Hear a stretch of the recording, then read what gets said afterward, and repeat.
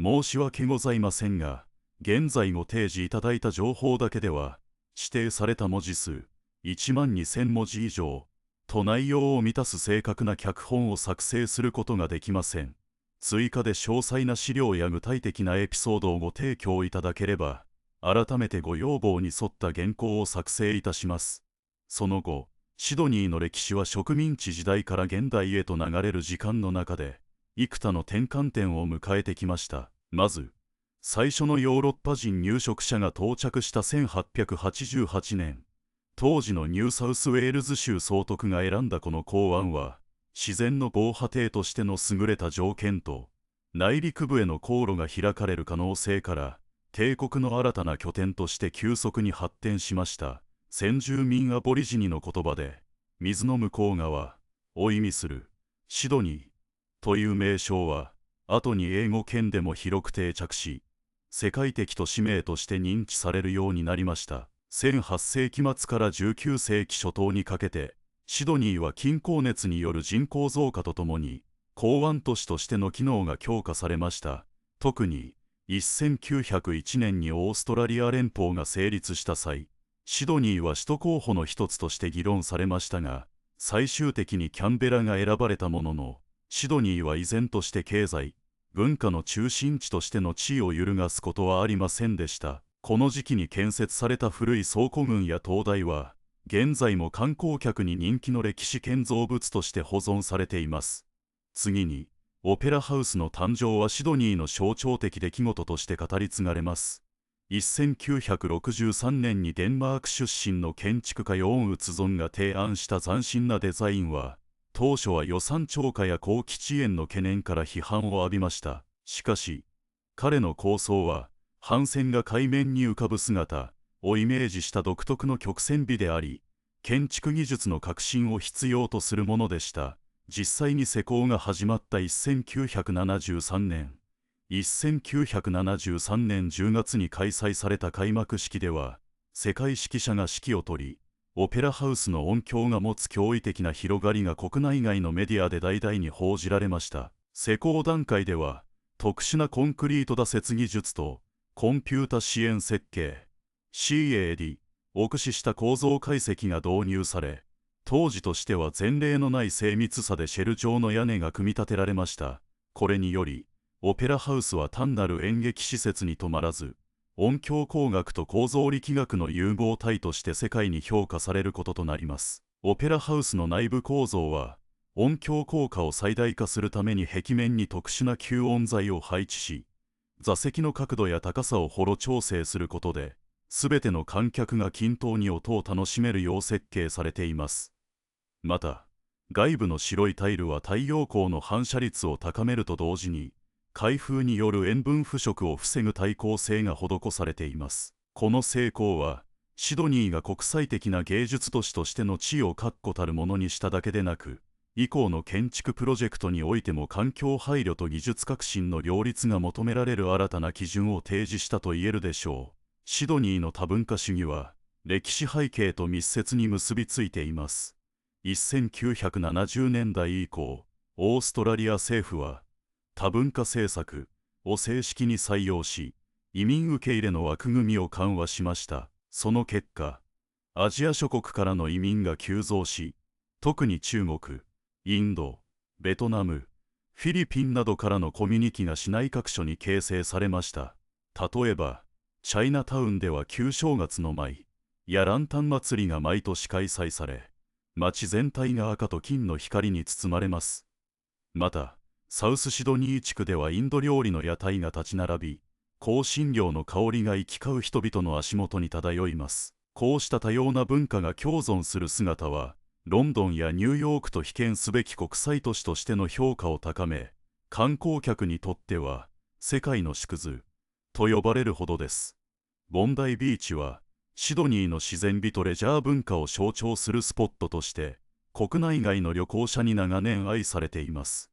ビーチは白い砂丘と青い海が織りなす絶景が特徴で、特に夏季にはサーフィンのメッカとして知られています。1940年代にサーフィンがオーストラリアに伝わった際、ボンダイの波はすぐに若者たちの憧れの対象となり、地元のサーフクラブが結成されました。その後、1960年代のカウンターカルチャー運動と相まって、ボンダイは自由奔放なライフスタイルの象徴として映画や音楽にも頻繁に登場しました。近年では、環境保護団体がビーチの清掃活動を定期的に行い、プラスチックごみの削減や海洋生物の保護に努めています。さらに、ビーチ沿いの散策路はジョギングやサイクリングのコースとして整備され、健康志向の市民にも親しまれています。シドニーの交通網は、歴史的発展と技術革新が交錯する領域でもあります。1890年代に敷設された蒸気船の航路は、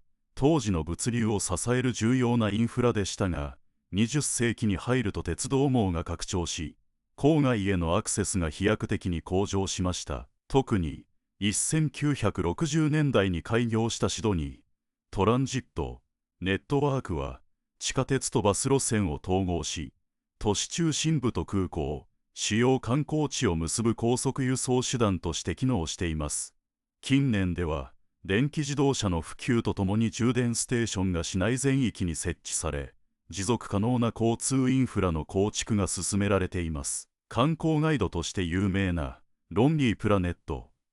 は、シドニーを取り上げる際に歴史背景と現代の魅力をバランスよく紹介しています。書籍では、オペラハウスの内部ツアーやボンダイビーチでのサーフィン体験、さらには多文化地区での食べ歩きが推奨され、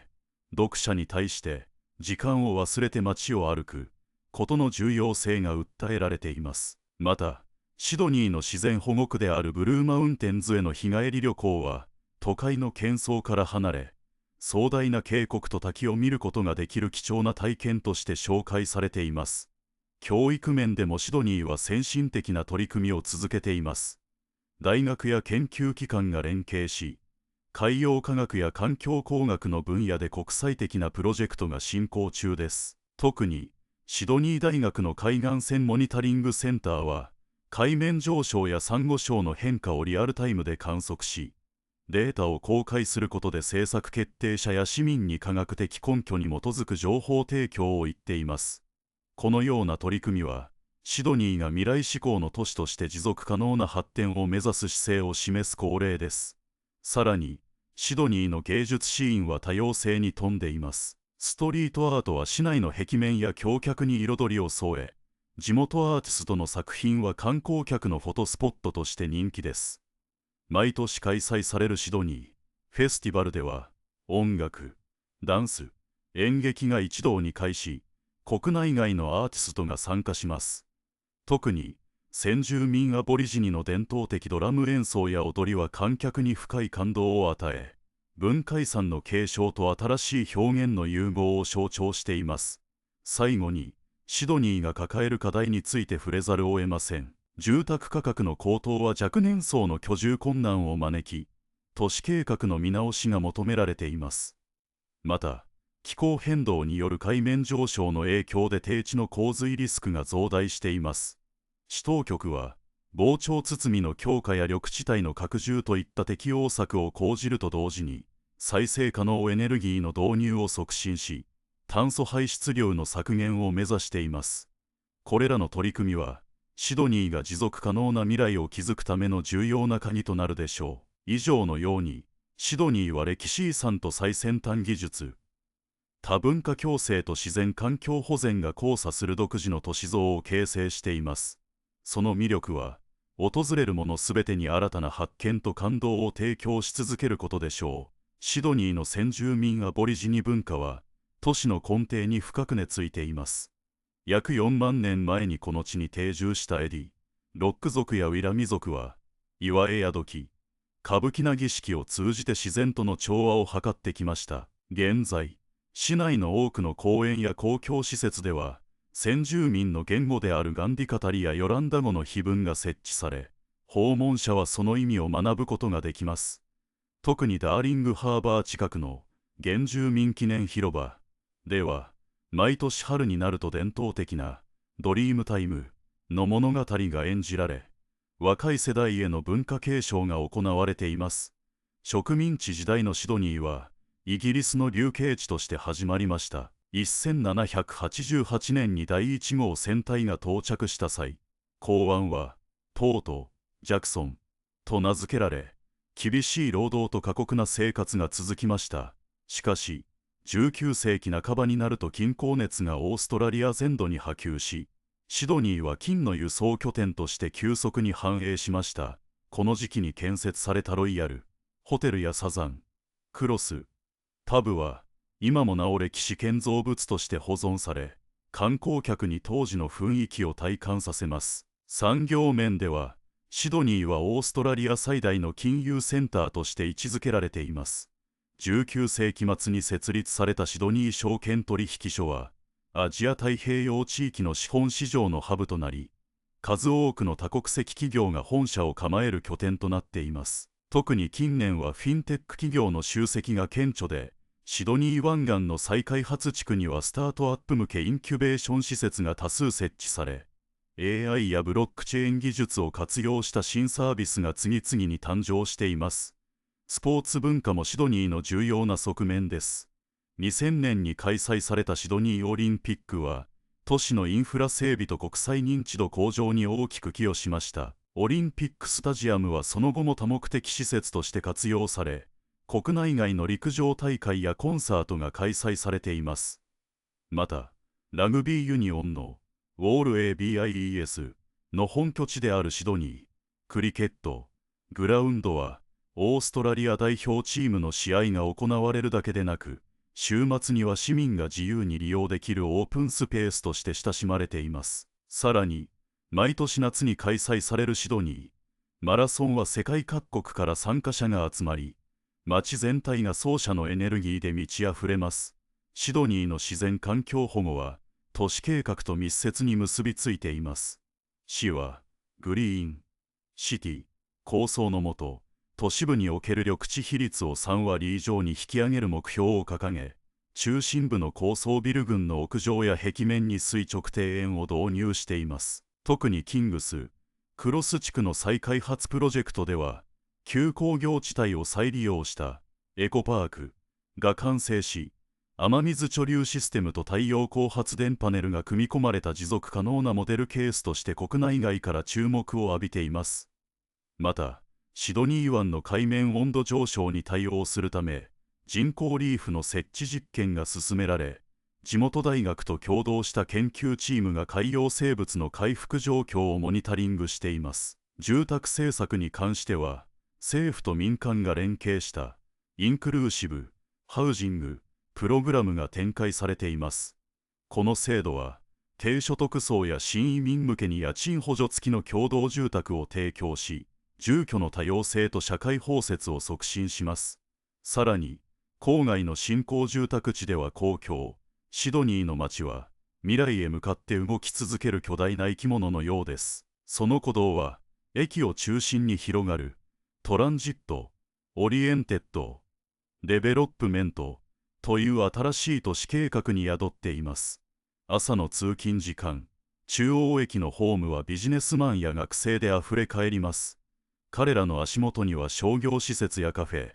夜間開校の語学学校が立ち並び、車のエンジン音ではなく電車の発車メロディと人々の話し声が街のサウンドトラックとなります。ここでは、車社会からの脱却がただのスローガンではなく、駅前広場で子供たちが遊び、ベビーカーを押す母親が自転車レーンを安全に横断する、そんな光景がシドニーの新しい日常を形作っています。そして、この街の魅力を語る上で欠かせないのが、多様性に富んだ食文化です。ダーリングハーバーの海風に吹かれながらシーフードマーケットを訪れると、朝早くから漁師が運び込んだばかりのオイスターが氷の上で光り輝いています。一つ種に取りレモンを絞って口に運べば、海のミネラルが舌の上で引けます。隣では、地元ワイナリーのソムリエがこのオイスターに合う白ワインを注いでいます。一方、シドニー北部のノースショアエリアでは、アジアの香辛料が空気を満たします。ベトナムフォーの出汁が店先から漂い、インドカレーのスパイスが鼻をくすぐります。移民たちは故郷の味を再現しながら、新しい地で新しい食文化を生み出しています。秋になるとシドニーフードフェスティバルが街中を彩り、シェフたちが季節の食材をキャンバスに創作料理という芸術作品を生み出します。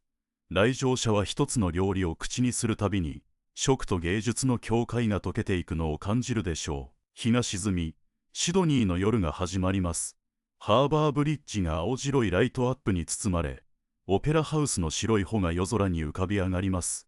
この幻想的な景色を最も近くで体感できるのがブリッジクライミングです。専門ガイドと共に橋の上部へと登り、高所から見下ろす夜のシドニーは無数の灯が織りなす光の絨毯です。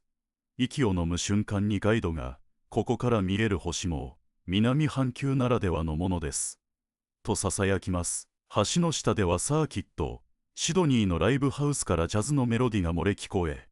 即興演奏が盛り上がるにつれ観客の拍手がリズムに乗ります。シドニーの夜は昼間の喧騒とは違う、大人だけの秘密の時間を提供してくれます。この街の知的脈動を支えているのが、シドニー大学やニューサウスウェールズ大学といった教育機関です。キャンパス内では世界中から集まった留学生が英語の壁を乗り越えようと議論を交わしています。特に注目すべきは、南極海研究センターと連携した南極観測プロジェクトです。学生たちが氷床の変動データを分析し、地球規模の環境変化に挑んでいます。彼らの研究は単なる学問にとどまらず、シドニーが気候変動という人類共通の課題に対する解決策を提示する重要な拠点となっています。シドニーの文化シーンは1年を通じて絶えることがありません。5月に開催されるシドニー映画祭では、アジア太平洋地域から集まった新進監督が自らの視点で世界を映し出します。スクリーンの中の物語が観客の心に新しい問いを投げかけます。そしてシドニーアートビエンナーレが始まると、街全体が巨大なギャラリーに変わります。現代美術の作品が公園や駅、商業施設に展示され、通勤途中のサラリーマンがふと足を止めてアートに触れる瞬間が生まれます。こうしたイベントは観光客だけでなく、地元住民にとっても創造性を刺激する貴重な機会です。シドニーの公共交通はテクノロジーの最前線です。主要駅の顔認証ゲートをくぐり抜けるたび、未来の都市を実感します。モバイル決済に対応したオムニバスカード1枚で電車もバスもフェリーもシームレスに乗り継げます。自転車専用レーンはサイクルシェアリングサービスと連携し、短距離移動の新しいスタンダードを提示しています。港湾エリアでは自律走行線の試験運用が進み、無人の船が静かに波を切り、物資を運んでいます。この光景はシドニーが目指すスマートシティの一端を示しています。再生可能エネルギーの分野でもシドニーは野心的な目標を掲げています。市内の高層ビルの屋上では太陽光パネルが日の光を電力に変え、これらの電力は市の総消費量の約 15% を賄います。余った電力は地域のスマートグリッドを通じて共有されます。郊外の丘陵地帯には巨大な風車が立ち並び、1年を通じて安定した電力を供給し続けています。これらの取り組みは2030年までに炭素ニュートラルを達成するというシドニーの野心的ビジョンを支えています。シドニーを離れ郊外へ足を伸ばすと、時間の流れがゆっくりとなります。ハンターバレーでは数百年の歴史を持つブドウ畑が広がり、オーガニックワインやサステナブル農法を採用した醸造所が増えています。テイスティングルームでグラスを傾けながら、ワイナリーのオーナーが土とブドウとの関係性、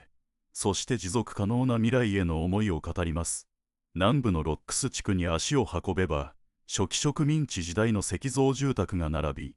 ガイドツアーに参加すると当時の人々の生活や交易の様子がまるで昨日のことのように語られます。ブルーマウンテンズ国立公園ではユーカリの香りが風に乗って運ばれ、渓谷を望む絶壁の上に立つと何万年も変わらぬ大地の息吹を感じます。シドニーはデジタルシティとして新たな地平を切り開こうとしています。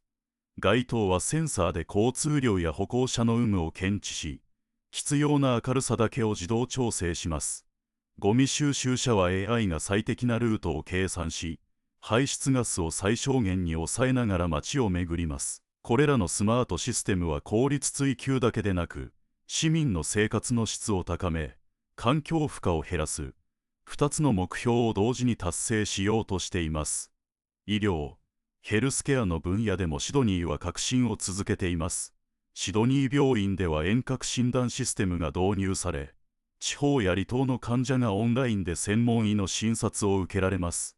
AI を活用した画像診断支援ツールはがんの早期発見に貢献し、治療成功率を高めています。さらにメンタルヘルスケアの充実にも力が注がれ、公共図書館やコミュニティセンターでは無料カウンセリングセッションが定期的に開催され、住民の心の健康を支える仕組みが整っています。シドニーが描く未来像は、海と都市の共生というビジョンに集約されます。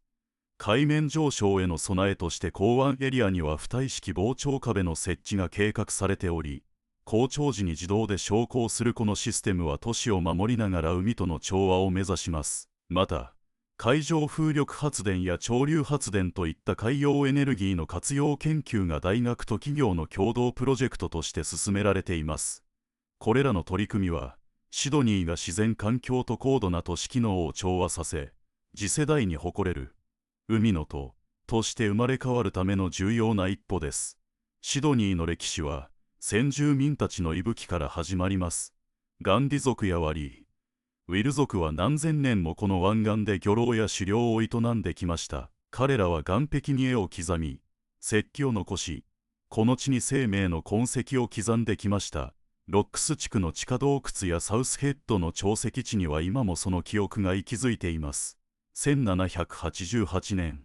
英国船団が到着し最初の植民地が建設された時、先住民との接触は激しい衝突と悲劇的な疫病蔓延を伴いました。しかし同時にヨーロッパ式の農業や港湾整備が急速に進められ、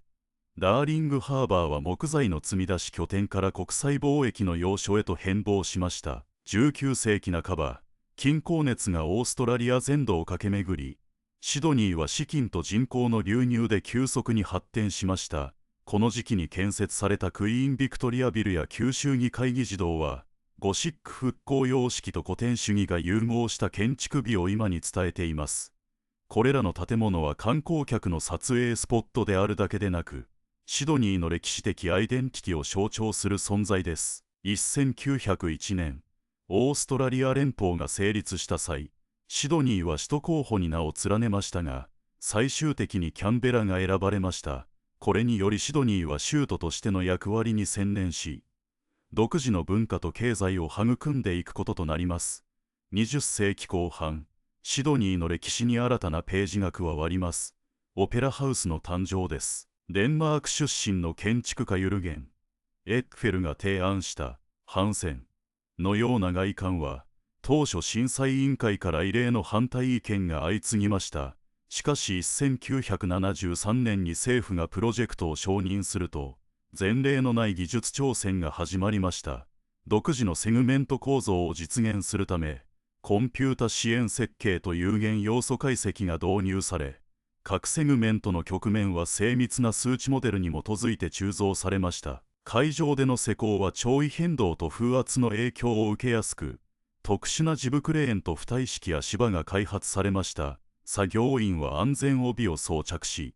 高所で汗を流しました。総工費は膨大になり予算超過は政治論争を呼びましたが、1980年代初頭に開幕したオペラ公演は世界中の観客を魅了し、シドニーの新しいシンボルとして不動の地位を確立しました。シドニーの社会を形作る根幹にあるのは多文化主義です。第二次世界大戦後、欧州からの移民が押し寄せ、イタリア系、ギリシャ系、レバノン系のコミュニティが市内各所に根付きました。チャイナタウンでは春節になると竜舞と獅子舞が通りを埋め尽くします。香辛料市場や茶葉専門店がにぎわい、空気はエキゾチックな香りで満たされます。レッドフェリー地区ではレバノン料理店が軒を連ね、タブーレやフムスが地元住民の食卓に並びます。近年ではアフリカ系や南米系の移民も増加し、サウスパーク地区のストリートアートや音楽フェスティバルではサンバやアフロビートが交錯します。こうした多様性はシドニー大学やニューサウスウェールズ大学の語学センターで提供される多言語講座や公共図書館で開催される異文化交流ワークショップにも反映され、住民同士の相互理解を深めています。ボンダイビーチはシドニーの海岸線を代表する観光名所であると同時に、サーフカルチャーの聖地でもあります。1907年、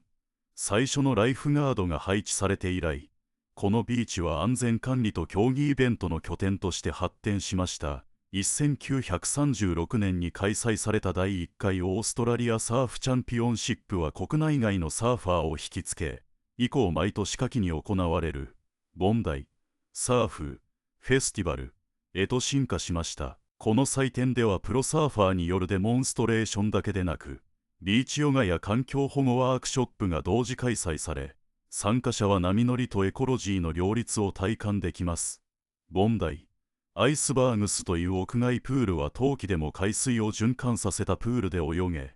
映画やドラマのロケ地としても頻繁に利用されています。ビーチ沿いのカフェやレストランではオーガニック食材を使用したメニューが提供され、訪問者はサンセットを眺めながら地産地消しの食体験を楽しめます。ロングマン島へのフェリー航路はシドニー港の物流網と観光ネットワークを結ぶ重要なリンクです。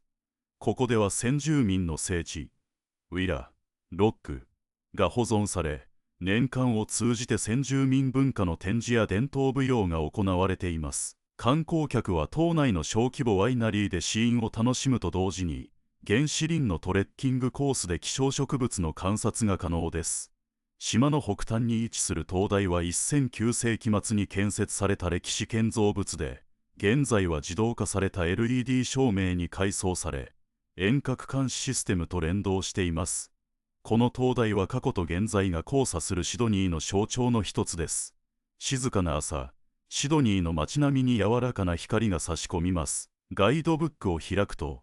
まず目に留まるのはサリー・ヒル地区にあるフラワーマーケットです。週末になると地元農家が持ち寄る新鮮な野菜や色とりどりの花々が並び、訪れる人々は手作りのブーケや季節の果実を手に取り、まるで小さな楽園を歩いているかのような気分になります。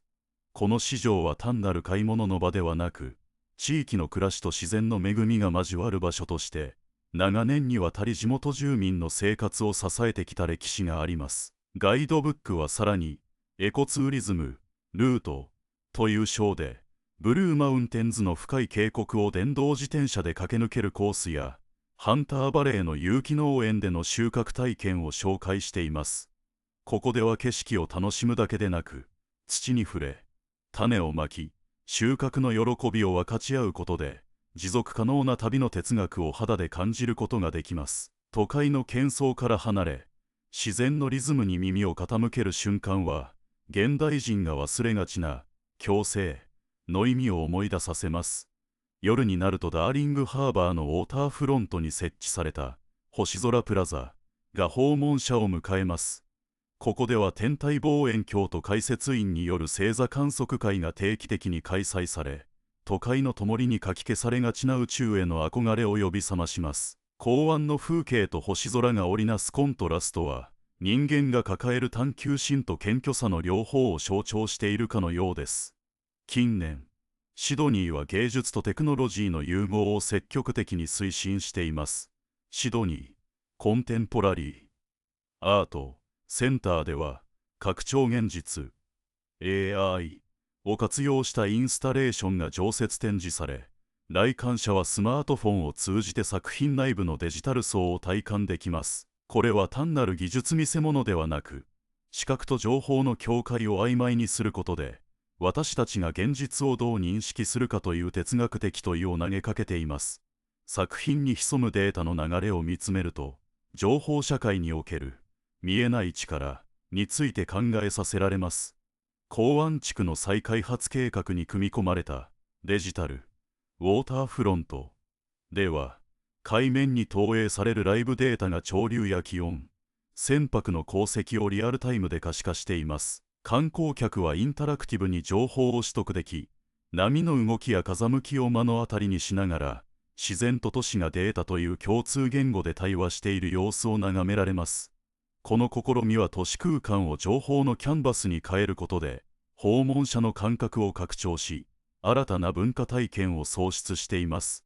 教育面でもシドニーは国際的な研究拠点としての地位を強化しています。シドニー大学の海洋工学部は海底ロボットの開発と深海探査ミッションで世界的評価を受け、学生は遠隔操作型潜航艇を操縦し、